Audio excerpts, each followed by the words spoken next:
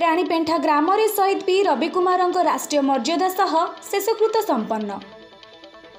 गजपति जिला सदर महकुमा पारलाखेमुंडी उपकंठस्थ तथा काशीनगर ब्लॉक राणीपेंठा ग्राम रे आज अर्थात बुधवार दिन 37 वर्ष जवान पी रविकुमार राष्ट्रीय मर्यादा सह शेषकृत्य संपन्न हो जाइछि। पी रविकुमार मध्य प्रदेश ग्वालियर ठारे सिग्नल मैन भावे कार्यरत थिले।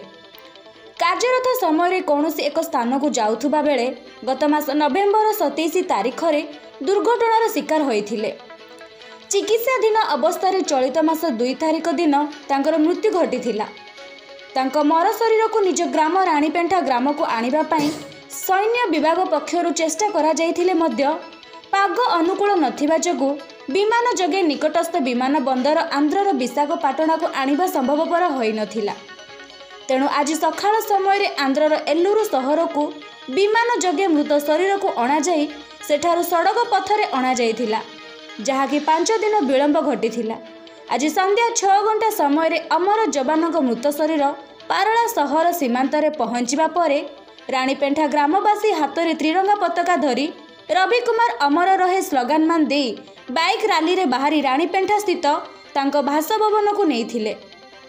परे अंत्येष्टि क्रिया पाई निज गाँ माटीर श्मशान को नहीं जाइथिले। निज गाँ माटीर मशाणी रे शहीद रविकुमार को प्रशासन तरफरु उपजिलापाल श्री आलोक कुमार प्रधान और अन्यान्य प्रशासनिक अधिकारी माने पुष्पमाल्य अर्पण करिथिबा बेले पुलिस बाहिनी राष्ट्रीय मर्यादा देबा परे अंत्येष्टि क्रिया समापन होइथिला। जहाँ हमें खबर पाइलु रवि सिग्नल मैन हिसाब से मध्य प्रदेश में कार्यरत थे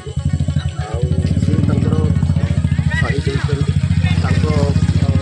मृतदेह आज पहुँची राणीपेंठा काशीनगर ब्लॉक अंतर्गत ग्राम जिला प्रशासन तरफ मुझे ये उपस्थित अच्छी श्रद्धांजलि देवाक राष्ट्रीय मर्यादा सहित अंत्येष्टि पुलिस तरफ गार्ड ऑफ ऑनर दिखाई से आम सब